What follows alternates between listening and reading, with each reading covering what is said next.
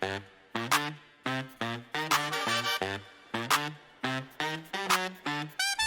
dunked on Dwight Howard. Bow, bow, bow. Yeah. Bow. Hey. Attacking the rim. Heads up. Down pass. 5-4-0 in the 504. The Rattler is QB1. I said what I said. Go debate with a wall.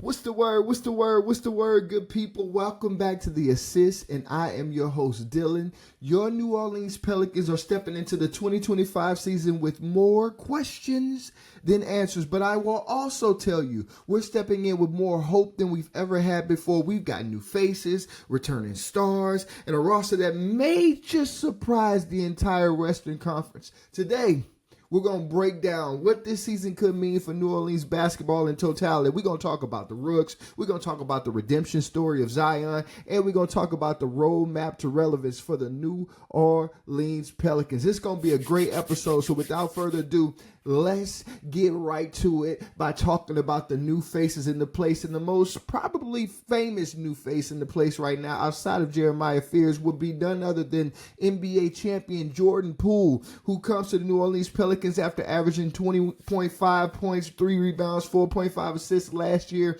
in DC. Jordan Poole will be instant offense and creativity off of the dribble for the New Orleans Pelicans. I like to tell everybody Jordan Poole is Steph Curry light. Like not light skin, but light, L-I-T-E. Steph Curry light. He has that same quick twitch muscles and the quick jumper, and he shoots from he can shoot from anywhere. If you have your hand down, in the words of the great Mark Jackson, man down. I am excited to see what Jordan Poole looks like in this new system or this new iteration of the James Borrego system that we're seeing put forth on the floor. I really think he could thrive in it, but the plus of having a Jordan Poole on your team, you know, any night he could go for 50 on some crazy Steph Curry type highlight reel, behind the back spin, 3-pointer from half court 50. And it's going to look like something the entire state of Louisiana has never seen before. Crazy stuff. But on the flip side, he could also go 1 for 20 on any given night. So the only downside I see with having a Jordan Poole on your roster is you don't really know what you're going to get on a night-to-night basis. I mean, he did average 20 last year, and from what we've seen from everybody talking in D.C., Jordan Poole is missed in D.C. And you want a guy on your team that's missed where you come from. You don't want the guy that everybody's like, thank God y'all got him off our team. Praise Jay. You don't want that guy. You want the guy that when he leaves, fans are mad or they're joining your fan base. And I don't know if you've been on X/Twitter lately, but I've seen a lot of Jordan Poole individuals jump on the fan base and be a part of this Pelicans vibe. So I like the addition of Jordan Poole. I really believe he's a better fit than CJ McCollum because he can be effective without the ball, which is something CJ McCollum struggled with. CJ was solid at the catch and shoot game, and he was developing. Some of you may argue me and say he was really good at it, but we never really got the fullness of CJ McCollum in a catch and shoot format. CJ needs to break you down, hit you with that smooth AI crossover, get to his spot and make you look goofy. That's where he really shows the entire bag that he has. The entire bag that made him go from mid-major to a borderline max player in Portland and still in the league and probably is going to average 20 again this year. CJ McCollum would look great with an Anthony Davis. He would have looked phenomenal with Anthony Davis and Drew Holiday. You see the jersey on the wall. By the way, y'all see the new vibes? Y'all see what we on? I got my goats right here, Shell Swoops. I got AI right here. I got my Pelican/Hornets ghost right here, CP3Z. Greatest player in Pelican/Hornets history. I debate with your mama, not me. And then Drew Holiday, Drew Orleans. Drew Orleans is forever. Forever. But anyway, back to what I was saying. CJ McCollum would have fit perfect with that Anthony Davis, Drew Holiday team because they needed a guard that can just create his own shot and take the pressure off of Anthony Davis. But with Zion, it's different. You need a guy that can be effective off of quick shots because the gravity of Zion is going to allow the rest of the team to have those shots. So I really believe Jordan is going to fit in better next to Zion than CJ did. And Jordan is also younger. I mean, I love the addition of Jordan Poole. I really think Jordan Poole has the potential to win MIP. That sounds crazy after coming off of a year when you average 23 and 4. But I really believe he could be even better, even more efficient, and he could expand that assist range once he gets comfortable in the system. I'm excited about that. Next up, we got returning off of an ACL tear, none other than Saddiq Bey. I don't know if you watched the preseason, but hot take. Outside of that last game where he didn't play, Saddiq Bey was probably the best player in the entire preseason.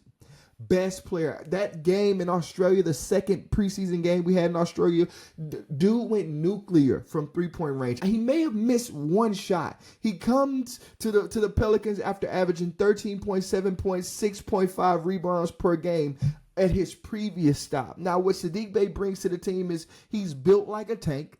I personally believe Saddiq can guard 1 through 4 on the floor. When we're playing our small ball lineups, I really believe we could put Zion at the 5 and put Saddiq at the 4 and put Trey at the 3 and really just mess with people's heads because you really have floor stretchers all across the floor. If he's healthy, he is a low-maintenance bucket who fills the multiple needs. If he's healthy, low maintenance, meaning he don't need a lot. Saddiq can shoot 40% from the 3, light work. I really believe it. Low maintenance bucket. He don't need a lot. He don't need you to run plays for him. He's kind of that modern day 3-and-D guy, but he's built like a tank. Like, did you see that man's media day? Like, pause, but bro was stacked on media day. Like, get it together, huh? Like, I'm telling you. So I really believe Saddiq Bey is probably the most slept-on attribution of the Pelicans this summer because I really believe people forgot about him because he was coming off of that torn ACL. But after what I saw that second preseason game, hot take, a lot of minutes are going to be taken away from a certain select set of people once he is on the floor and able to go. I personally believe a Pelicans team that is currently set should have Saddiq Bey at 7th man at the lowest on the totem pole.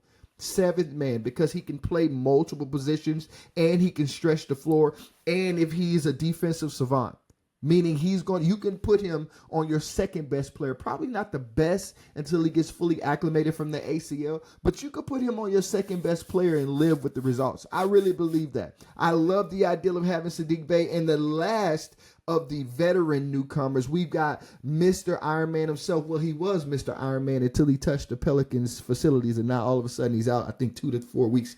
Kevon Looney. I love this addition. Love it. His stats don't really tell the tale of really the impact he can have on the Pelicans. He comes to the Pelicans from the Golden State Warriors, averaging 4.5 points, 6 rebounds, 1.6 assists, shooting 51% from the field goal range, from the field basically on 15 minutes per game. You see, he brings rebounding. I mean, the dude, that's been a problem of the Pelicans for how long? How long have we been begging for certain individuals to be better rebounders? That's what Kevon Looney does. And even more than that, I have never heard someone's screens, probably outside of Steven Adams, I've never heard someone's screens talked about more.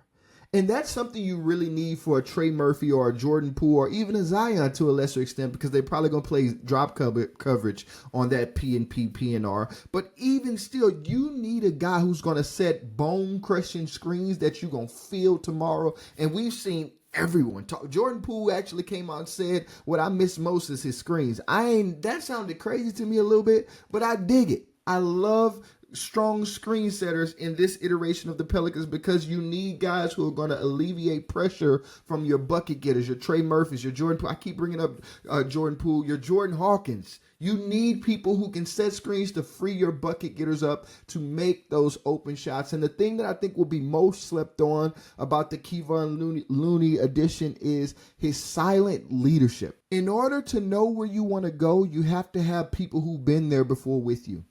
It's hard to say you want to become a championship team when you don't have anybody that's had championship experience. And Kevon Looney has plenty of it. You could not find a guy, probably outside of someone else, a couple other people across the league, that has played meaningful minutes in the playoffs and made it to the mountaintop multiple times. Kevon Looney is low maintenance, just like Saddiq Bey, but I really believe his impact won't even be felt as much on the floor as it will be in practices, as he's preparing Derek Queen for the big lights, as he's preparing Eve Massey for the big lights, to a less extent Carlo Matkovic for the big lights. The Carlo Crazies were excited before he got hurt. Let's pray he feels better in the name of Jesus. Amen. But we really will benefit from the Kevon Looney addition from more ways than just on the floor. I really believe there's going to be more there. Kevon Looney reminds me of Derek Favors when he came to a lesser extent from the scoring standpoint, because Favors was a little bit more polished from a scoring standpoint. But from the overall impact on the team, I really believe Kevon Looney will have a Derek Favors type of impact on the team. Let me know in the chat or in the comments if I'm wrong on that comparison of what could be. We'd really love to hear from y'all on if I'm off on any of these veteran additions. And also I want to know, out of all the veteran additions, Saddiq Bey, Kevon Looney, Jordan Poole, who do you think is not going to have the most monumental impact? Because most of you are probably going to say Poole, but it's going to have the most consistent impact. There's a difference between monumental peaks and valleys, but who's going to be consistently reliable out of those guys? I really want to know from y'all. And after we talked about the new additions from a veteran standpoint, we got to go to the young upstarts, the rooks, starting off with none other than Jeremiah Fears, Oklahoma's finest. After that first preseason game, Jeremiah Fears went insane. I am a Jeremiah Fears fan. Full stop. I already got the jersey. I'm already prepared for the journey. I'm already prepared for the highs and the lows of it all. Top 10 pick, averaged 17 points, 4 rebounds, 4 assists in college. Yes, he was the primary person on his team, but he was still capable of making an impact whenever they set him up next to another guard. Jeremiah Fears can play on ball and off ball. Some would debate me and say he's probably better off ball at this current spot at this current iteration of his development as a basketball player. And I wouldn't really debate you back. I'd probably say you're right. A couple of the main things though that Fears is going to bring to this team is his pace. I've never seen a rookie come into that's not true. I have seen it. I've seen it from Dame and D Rose and guys like that. Honestly, Lonzo Ball kind of had his own little pace that he played. It's rare that you see such a young rookie that plays at his own pace, and it just so happened that his own pace is fast. He's got that Russell Westbrook type of force on the rim where he's trying to get downhill, and his finishing package is insane. I mean, if you want to get dunked on, we saw him do the up and under dunk on the outlet pass from Zion. If you want to get a smooth lay, we saw him make multiple starts on one end and finishing with the inside hand on the other end. The man's lay package is insane. I really believe that's going to be one of his superpowers as he continues to develop in this league, because he's already so good at finishing around the rim. I mean, he had those small moments in the summer league where he was struggling to finish, but it seems like he's worked out those kinks. And another thing that you cannot put into anyone, it has to come from you organically, is Jeremiah Fears' confidence.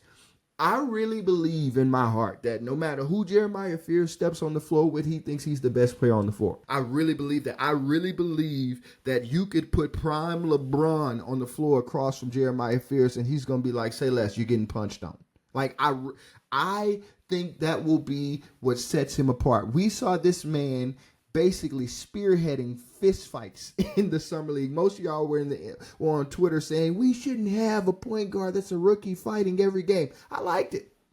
I like a rookie that's not going to back down. One of my favorite players, Isaiah Thomas, led the bad boys that way. He's not backing down from anybody. Jeremiah Fears' confidence is something that I think this team needs. And I just pray.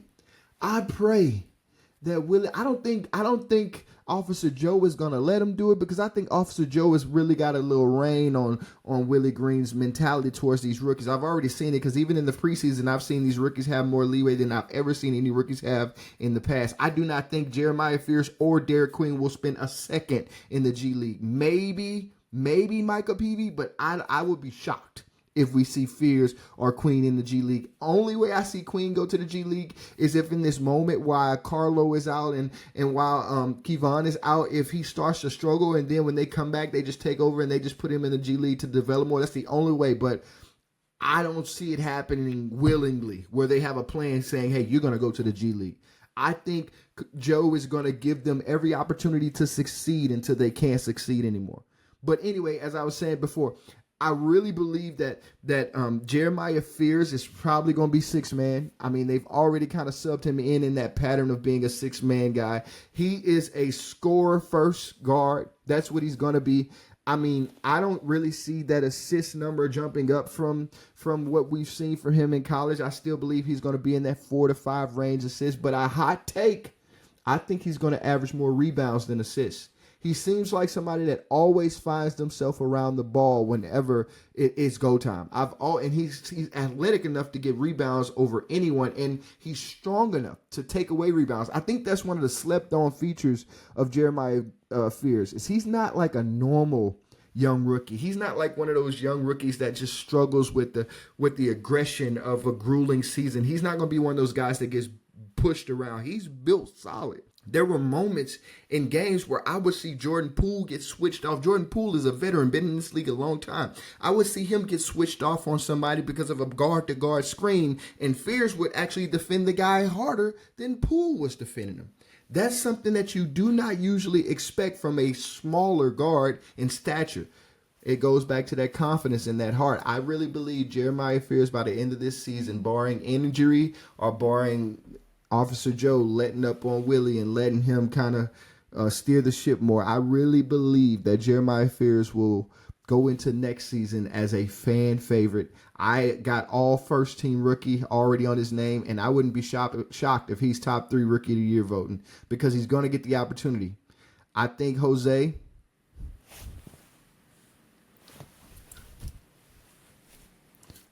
No, I'm just playing. I think Jose will be that break when needed guard, meaning his role will be to kind of mentor Jeremiah from the side, and then when things get shaky and you need that energy boost, throw Jose in there to get a couple of steals, to get the crowd going crazy. I really hope Jose retires in the Pelicans uniform, but he's still so fresh in his career that I don't think it's likely, especially with Jeremiah Fears on the team now. But I hope he comes back. If he doesn't retire, if he doesn't stay here, I hope he comes back and retire Pelican, because he really is he's woven himself within the fabric of the culture of New Orleans. He is that. I mean, if you saw him in the Fifth Ward or somewhere, you wouldn't think Jose from New York or somewhere. You would think, oh, he's from the Fifth Ward. That's where he's from. You would think that. Rest in peace to Fifth Ward Weeby. If you know, you know. Moving on to the next rookie. The other guy that was taken in the first round that actually sent shockwaves across the league, that the Pelicans would trade a future first round pick for this guy, and his name is none other than Derek Queen, Maryland big dog. He's a skilled big man known for passing and his court vision. Derek Queen is one of those guys that I really hope. I'm not going to speak much on him, because I can't act like I was super high on Derek Queen when we drafted him. I'm not going to lie. I wasn't really high on him because I really felt like he played off of pure vibes. Derek Queen, from a character and a personality standpoint, could be the most beloved. I said Jeremiah is going to be a fan favorite. I think Derek Queen, from a character standpoint, he's got this Shaquille O'Neal character about him, just fun, happy-go-lucky, and he's just a good guy. He'll be a good ambassador for Pelicans basketball for New Orleans, and I really am excited to see that. But in between those lines, I mean, how you want it? Post game, he's got that. Mid-range, you've seen highlights of him making buckets over even Macee's stretched hands. He's got that. Three-point range, he's developing that. Handles like a guard. We saw him against my guy Jons. I think I said your name right. No disrespect to the Portland young rookie big man. No disrespect. I'm not trying to respect. Love the people. Ni hao. I shouldn't have said that. Get it together, Dylan. Right, Ken. Don't cancel me. That's love. That's love. I love the culture. Anyway, we saw him get busy with the other big, going around him, step back, mid-range, crossing him up. He took it personal that all these people travel from thousands of miles not to see him, but to see this other guy across from him. I really like that. I think he's a dog, just like Jeremiah Fears. I think he's going to take everything personal, what you want. I think the only thing that makes me nervous about Derek Queen is what happens when it doesn't go good for him right away. What happens if he's not getting the minutes that he thinks he deserves right away? What happens if his shot isn't falling right away? What happens if he feels like Jeremiah Fears is progressing faster than him right away and MPV is progressing faster than him right away? What happens in those moments? Does he stay locked in and stay honed in on his craft, or does he just settle into the background? Because he's one of those guys that's confident, but he's purely confident off the vibes. If you know what I mean? Like, if the vibes are high, he's mad confident. Like, let's go, we vibing. Well, he's that guy. But if the vibes are high, I get nervous that he could become like the guy. And I really think he's got an extremely high ceiling. I mean, his game could be anything. I've comped him as saying he could be a future DeMarcus Cousins. I really believe he's got that same kind of package that DeMarcus Cousins has, that in-between quick twitch game, that sneaky bounce. He's not like just a dunk on you guy, but he'll sneakily just get to the rack and he can run the fast break by himself. That's my comp for him as DeMarcus Cousins. And if he reaches that level, you got a perennial all MVP type talent, and you love to see it. But the only difference between his position and DeMarcus Cousins' position is DeMarcus Cousins went to a Sacramento team that was looking for a star and a face. The Pelicans already have that. So the real question for Derek Queen is, how does he develop in his role right now? And does he continue to hone in on his skill? Will he unlock a new lineup combination next to Zion is really the question. Can we put him on the floor and play 4-5 ball with him and Zion? Can they run the PNR, PNP, and you think of both of them as a threat? Or is he someone that's going to have to sub in for Zion and play with Eve Masih because he needs the ball more? That will determine his development and how he ingratiates himself into this Pelicans rotation.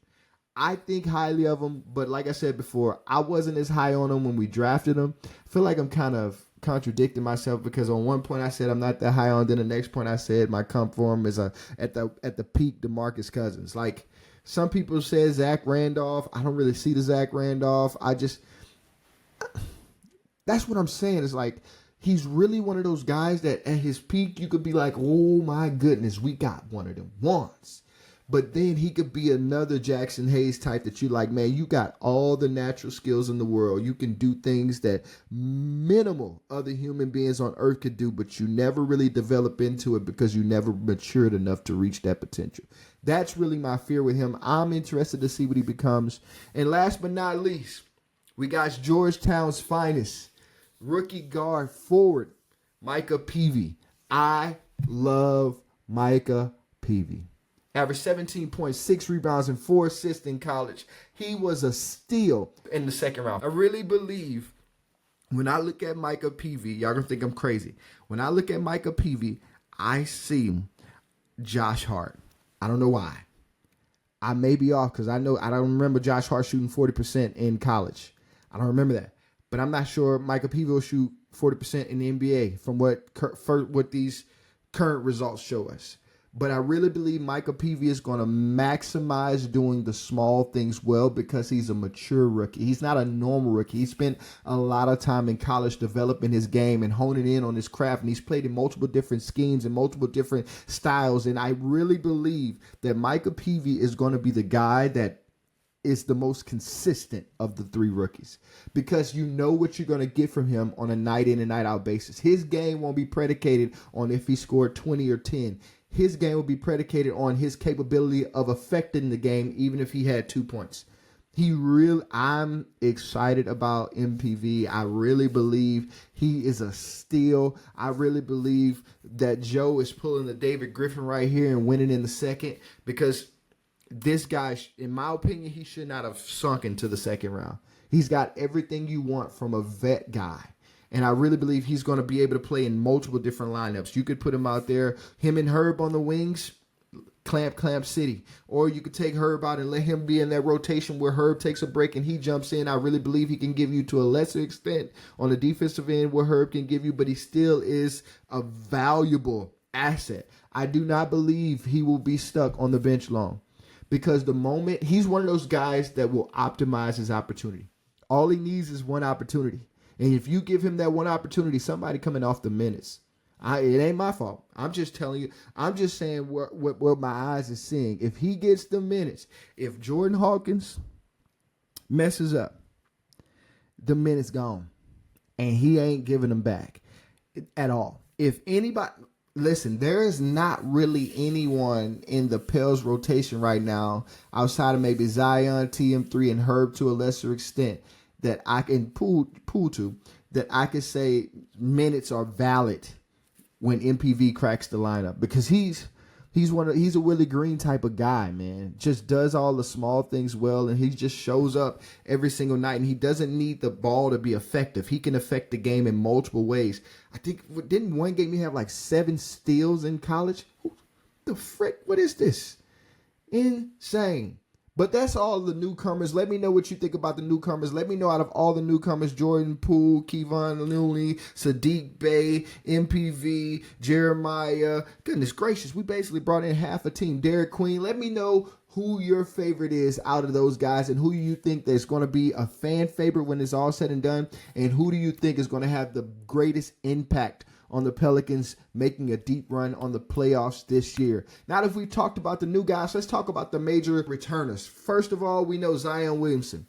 He's back. Thin, lean, looks smooth, looked quicker, was playing the passing lanes in the preseason like he was AI in 2001, 2002. Like, he looked ready. Hot take, I think we get 70-plus games of Zion this year, y'all. Jesus, take the wheel. I think we get 70-plus games of Zion this year. He came into camp leaner, more focused. He made himself available early to take on the blame and say, listen, if this goes wrong, it's on me. This is my team this year. And I think trading away Brandon Ingram and trading away CJ McCollum actually is forcing him to step up and say, no, it's yours, bro. It's yours. I love what we saw from Jose in that practice video where Jose was cheering everybody on, but he looked at Zion. He said, it started with you, bro. Like, we was killing y'all, but then you got active. Everyone knows that Zion is probably going to average probably like 25 to 27, probably six. I'm going to say he's going to average more assists than rebounds, because I don't know why he lives that life, but he chooses. I'm going to say probably 5 to 6 assists, probably 5 rebounds. We know that that's a given. Probably 1 or 2 highlight blocks a game. But he's going to be elite in the passing lanes too. I don't know how many steals he's going to have, but it's going to be a lot. And hot take, it's going to be in the top tier of the league a lot because of how he plays the passing lanes and how many lanes he can play. Most of us forget that there's multiple different passing lanes. There's the guard to wing passing lane. There's a wing to post passing lane. There's a post to mid passing lane. There's multiple different passing lanes. And I feel like Zion plays like a free safety out there. Like, he plays all the passing lanes well, and he can get to every single one of them. I'm really excited, man. I'm really excited for Zion. As Zion goes, this team will go. As Zion shows up, this team will show up. I know a lot of us have gone on record of saying this team isn't built around one guy. We're built around a team, and I agree to some extent. I agree. We are built. This is a better built basketball team. 100% agree. If Zion misses a couple of games, I do not think the floor will fall from underneath us. I personally do not believe that at all. Now, if we get a ripple effect of a bunch of different cats getting injured, now you got different stuff to deal with. But I think with Zion singularly being out, that won't destroy the chances of the Pelicans to make a run. But when Zion is available, it puts you in a position, calm down. It puts you in a position to be a top 5 team. In a position. I didn't say you are going to be that. Don't turn off the video because you heard me say that. It's going to put you in a position to be a top 5 team just because he's top 5, top 10 talent-wise. I didn't say he's top 5, top 10 now. Talent-wise, you will be hard-pressed to find me 5 guys that can do what Zion does on a nightly basis at the most dominant rate he does it when he's healthy. I said what I said. Go debate with a wall, not with me. Then we move on to TM3. I think he's going to have the biggest jump this season. Trey Murphy III has improved his skill set across the board. He's a better defender. He's a better mid-range shooter. He's a better dribbler. He's a better playmaker. Could he even become a better shooter? I think he's gotten even more efficient from the three-point line. He's talking more. He's more confident. I think Trey Murphy will I think Brandon Ingram leaving will affect TM3 more than it'll affect anyone else, because we saw in press conferences last year where Brandon Ingram would often say that he had to humble Trey Murphy, because Trey Murphy would come into camp and he would be coming into camp cooking, and then Brandon would be like, all right, pipe down, youngin. We saw that multiple times, but I think with Brandon gone, now it's just you, Trey. Like, Herb is not the breakdown, get you a 30-ball guy. It's you on the wings out there. It's you. Are you ready to have that breakout season? We know you can shoot. We know the range goes all the way to Jerusalem. Split act all day and twice on Sundays. Glory to God. But is the rest of the game prepared to step up and actually be that number 2 on this team? Because it's easy to want to be a number 2 when you don't got it. But when you in that seat, are you ready to really take on that mantle and say, this mine? I'm really him. Matter of fact, it ain't no 2. I'm 1B. Matter of fact, I'm going for 1A. Zion, you just better stay up there. I'm coming. That's what we really need. Trey Murphy, above all else, is the major X factor of this Pelicans team. I don't think the playoffs and how we exist in the playoffs depends on Zion as much as it depends on Trey Murphy. Because Zion is going to be Zion. May he miss a lot of games, or may he miss a few games? He probably is. But you really need Trey Murphy to be able to be a viable option to step in and play spot minutes as the number 1 guy. If he can't step in and be your spot minute at number 1 guy, then you're still searching for him. And at that point, what are we even doing? What are we even doing? Are we going to have to force Jordan Poole to be that second guy, which we've never seen him really do that? Like, at his best, what was Jordan Poole? Like a third, fourth guy behind Clay, Steph, and who else? I don't. KD, we saw him be that. I don't think he's at his best when he's that second guy. He's at his best when he's that third guy. Why? Because you can save him and protect him from himself. But if you're forcing him to be that second guy when you got a 6'10" guy that can shoot from half court, break you down, punch on your grandmama's forehead, that means dunk on you for everybody here who don't know the lingo, and can hit you with a midi now, you got everything you need, TM3. It's on you now, big dog. I think all-star is the floor.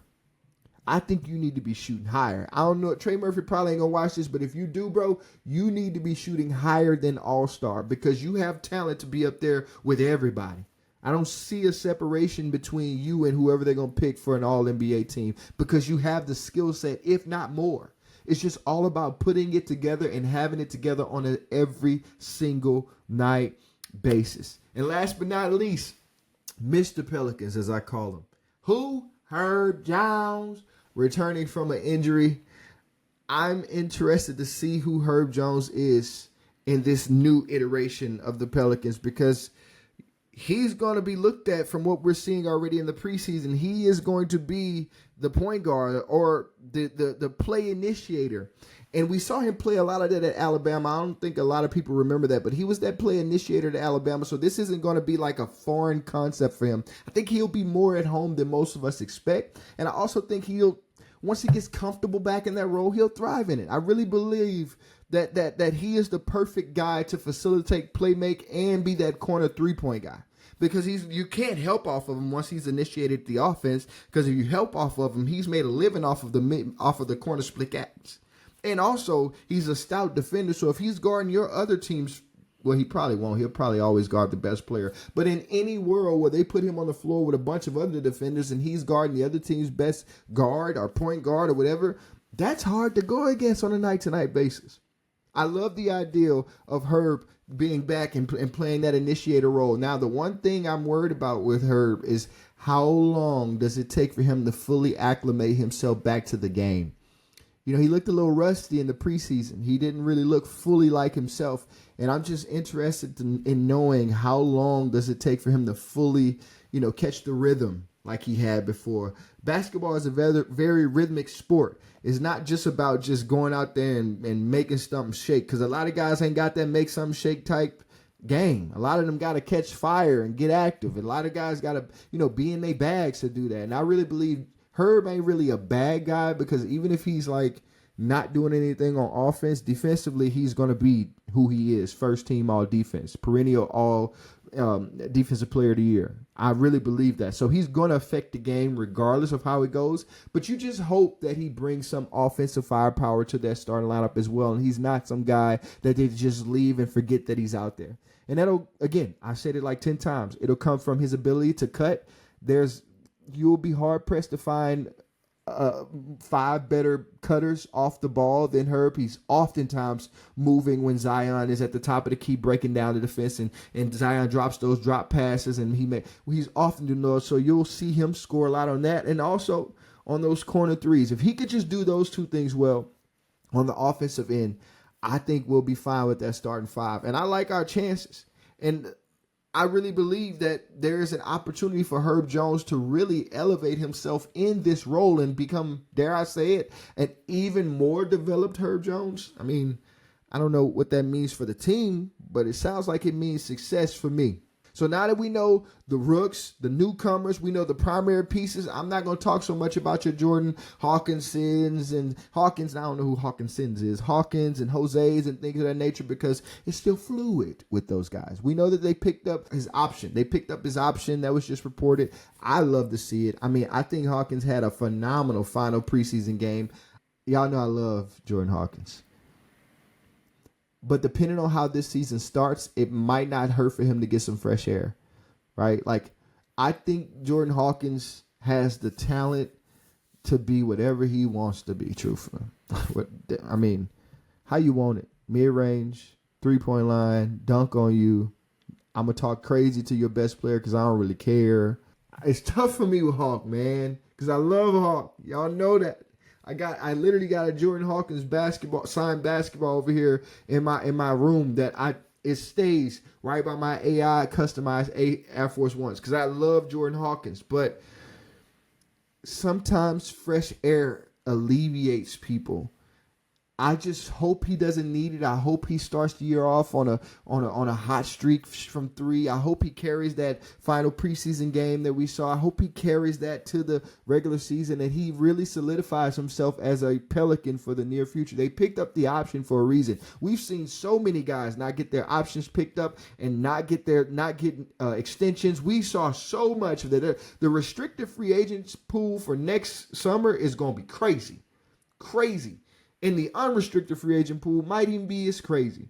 I mean, it's insane. But to say that the Pelicans picked up Jordan Hawkins' option just says that they really believe that something is there.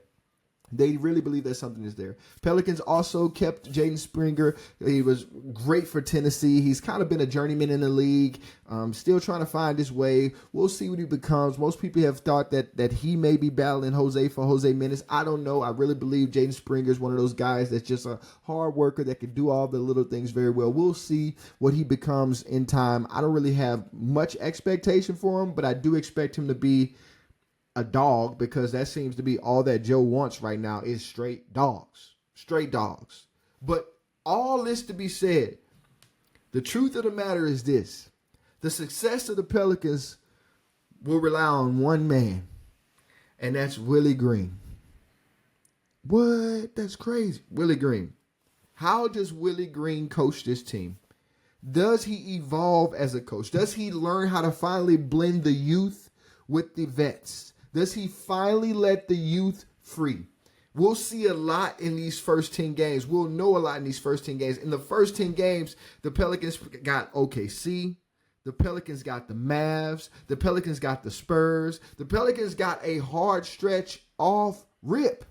They got Memphis. They played Memphis opening night, and Memphis just found out that Ja's available. And I know y'all like, but everybody else hurt. Zach Edey's hurt, blah, blah. They got Ja. Ja has an Allen Iverson type of effect on a team. He is one of them guys that can take plumbers and turn them into Western Conference semifinalists. I don't know how he does it, because his skill set doesn't tell me he should be able to do it, but he does it. Shout out to Ja. I really like Ja. I got Ja's in the closet too. I just really believe Ja's off the court thing is kind of turning the light away from him. All that to be said, that Wednesday night game ain't going to be no sleeper. Because every time Josh sees Zion, he takes it personal. He thinks he should have been the first pick. And also, Josh coming into this season looking for revenge because the league has turned his back on Ja. Shoe sales are still going through the roof. Why? Because the streets love Ja. Ja is the NBA young boy of the NBA. That's crazy. He really is that. Streets love him. But the league, he ain't commercial enough, which is weird because Ant is the most non-commercial individual we've ever seen. But he's so great and he looks so much like a yesterday celebrity superstar GOAT that the league is infatuated with him and can't leave him alone. It's insane. But Ja was talking stick talking. They don't play the stick talk. So they got Ja and Memphis coming first night. They got to go to Memphis. And then they come home and they got another tough one. They got Vic Wembanyama, and I'm in the building. By the way, Mama Murphy, I don't know if y'all saw, but Mama Murphy put out a tweet that said we need to have the SKC. I want to start calling it the graveyard. We need to have the graveyard jumping. And I'm in there, Mom. I'm in there, Mama. I'm coming home for the action. I'm in there. We need to have it jumping because we about to see Victor Hakeem Olajuwon Wembanyama on Friday. That is the first two games for the Pelicans. You got a motivated Ja, and you got Victor Wembanyama, who's worked out with Monks, Kevin Garnett, Hakeem Olajuwon. He's probably worked out with Jesus. The man has been all over the place. And he's not the same. Did you see that dream shake that brother put on? You 7'4", sir. You don't need a dream shake.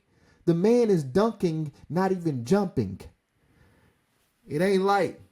And we're going to learn a lot about these Pelicans in these first 10 games. It won't be about the wins and the losses. It'll be about the way the games are handled. Do we see that dog-like mentality that Officer Joe has been talking about over and over and over again? Or do they shrink in the corner like they always have done in the past and just find themselves defeated? Do they lean into their strengths, which is their defensive depth? We got guys who can play defense everywhere, which is their length on the wings, or like their length and strength on the wings, which is the versatility of the team. Do they lean into that, or do they get stuck on their weaknesses, which seems to be their half-court execution right now? The main thing is, don't let that third quarter be a third quarter, and we're going to be all right. If that third quarter is a Willie Green patented third quarter, it's going to be tough sledding. But I believe in you, Coach Willie. I believe that you done learned your lesson. And I believe we're going to come out of this thing thriving. I believe that you are going to go in that locker room at halftime, Coach Willie, and I believe you're going to put together a great game plan. And if they getting all happy and they on their cell phones, I believe you're going to be like, put them cell phones down. I believe in you, bro. I might be the only one, but I believe. I believe. That's the question. Coach Willie, have you finally acclimated to the new wave? Are you going to hold back the rookies? You can't afford to hold back Jeremiah Fears. You can't afford to not let Derek Queen see the floor. You can't afford to not put MPV out there. You can't afford for any of it. All hands on deck. If you are the hot take, and I hate to say it because I don't like to check a man's pockets or call for a man's job, but if this season ain't starting out well, come January, we may be seeing breaking news. And if I see breaking news, there's only one name I'm calling, and I'm calling as soon as I get off the phone with Willie. Hello, Coach Mike. Mike, what's going on, Mike? Hey, you ready to get off that TV? Yeah, come on down here to New Orleans. You fit in anyway, Mike. That's Mike Malone. As soon as I get off the phone, I'm calling Mike Malone. I'm saying, brother, look, we match the same. We vibe the same. I'm really the bad boy Pistons, and you really the bad boy of coaching. Let's get active. Like a glove. Like a glove. Again, I'm not calling for your job, Willie. I'm just saying tread softly. Because how this season starts, Joe didn't hire you. So Joe ain't going to struggle to fire you. He ain't going to struggle to fire you. All right, before I get out of here, I want to go through a rapid fire round of questions that I've seen being asked on social media. I'm going to try and do this every episode where I just take topics that I see talked about on social media and I just give my rapid fire answers. And in the comments, I want you also to answer to these rapid fire questions and tell me what you think about them all. And we're going to go through this together. I got to go quick. We're going to do 20 seconds or less for each answer. Let's see if we can do it. You ready? Rapid fire questions. First question I see. Number one, who is the most underrated Pelican? Shoot. 20 seconds. Saddiq Bey. I think Saddiq Bey is going to have a greater impact than most people think. I think he's going to be a stout, consistent individual, and I think he's really going to average. He averaged 13 points. I think he could average 16 just off of the gravity of Zion, the gravity of TM3, the gravity of Jordan Poole, and so on and so on. Saddiq Bey is the most underrated Pelican on this current iteration of the New Orleans Pelicans. Moving on, what is Zion's stat line if healthy? I told y'all before, I see 25 to 27, 6 assists, 4 to 5 rebounds, 5 probably. I'm going to say 1.5 to 2 steals a game, and probably half a block to 1 block a game. Crazy stat line. But if he's healthy, he does all these things well, and he can fall into 1 block a game. I really believe that. And I also believe, hot take, he's going to shoot a greater percentage from the three-point line this year. Let's go on. More highlights. Fears or Queen? Easy. Fears. Have you seen that man? The man's got everything you want. He's either going to make someone fall or he's going to punch on the big man. Somebody's either getting dunked on or somebody's falling to the ground. Fears. That was an easy one. Didn't even have to think about that. Next question. Who hits the most game winners? Wow.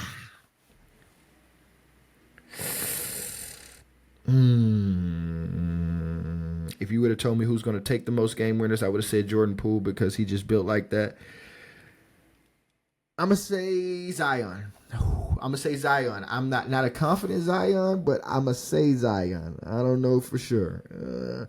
Best matchup. Who is the best matchup for the Pelicans? The best matchup for the Pelicans as a team that is a competing team in the Western Conference according to everybody else. I'm going to say, and this may shock you, I'm going to say the Dallas Mavericks because I really don't believe AD is going to be that available. And I think AD has gained a lot of weight, and I think Cooper Flag has really developed, and he's that guy. But I also think Cooper Flag and Trey Murphy will cancel each other out. Trey Murphy might have the nod there. Kyrie is going to be out. Herb Jones is going to make their guards suffer. D'Lo, I really am not worried about him if Herb is guarding him. I really like our chances against the Mavs, and the Mavs are projected to be in the playoff talk. Maybe I'm crazy because I know that they got Likely, who's tough, but I think Eve Massey and Likely cancel each other out. Zion and AD, it depends on what iteration of AD shows up. I mean, I don't really think AD can guard Zion because there's no one in the world that can guard Zion, but simultaneously I think Zion with a little help from Eve can make it hard on AD. I would say the Mavericks are their best matchup that was longer than 20 minutes. Locker room leader, I'm going to say Jose for now. Because Jose just has that. He's a natural leader. I think DeJounte wants to be the leader, but DeJounte's kind of an acquired taste. Jose kind of can play both sides. I think Jordan Poole also has an option to be that leader. He seems to be talking the most. Better shoe game, Herb or Trey? I don't know why this is a question. Herb basically goes to games in work clothes. That man don't ever show any vibe. So I'm going to say Trey. That's easy. Most likely mid-season trade piece. It's probably Jordan. I'm going to say Jordan. And then depending on how things go, DeJounte. But Jordan probably. Jordan's probably out of there. I don't see anybody else moving. Jordan Hawkins, mind you, not Poole. Jordan Hawkins. I don't know. I just feel like he's that odd man out in the situation that if push come to shove, they'll shove him out the door, and I hate to say it. I hope I'm wrong. Well, that concludes the first episode of the 2025-2026 season of the New Orleans Pelicans. Again, the Assist got a whole new vibe now. We out here dolo. Before I get out of here, I want to say shout out to my family over at No Network. Thank you so much for putting the battery in my back and encouraging me to get out there and make content. Our separation was amicable. It was nothing dirty, nothing nasty took place. It's just I wanted to go somewhere else with this Assist thing, and I really believe we're going to go to the moon with this. I just need you to rock with me, and the best way for you to rock with me is, one, if you enjoyed this episode, click that like button for your buy. Help me out. 225 get live. Help me out. Yeah. And talk to me in the comments so we can move up that good old algorithm, because the more we engage with each other, the more YouTube evidently feels like, oh, they actually like this video. So comment, even if you ain't got nothing to say, just say nice show. or just say keep working, Dylan. Whatever you just say something to keep it rolling. And make sure you click that subscribe button so that you can stay up to date on all things assist. This is going to be a make or break season for a lot of people over there on Airline.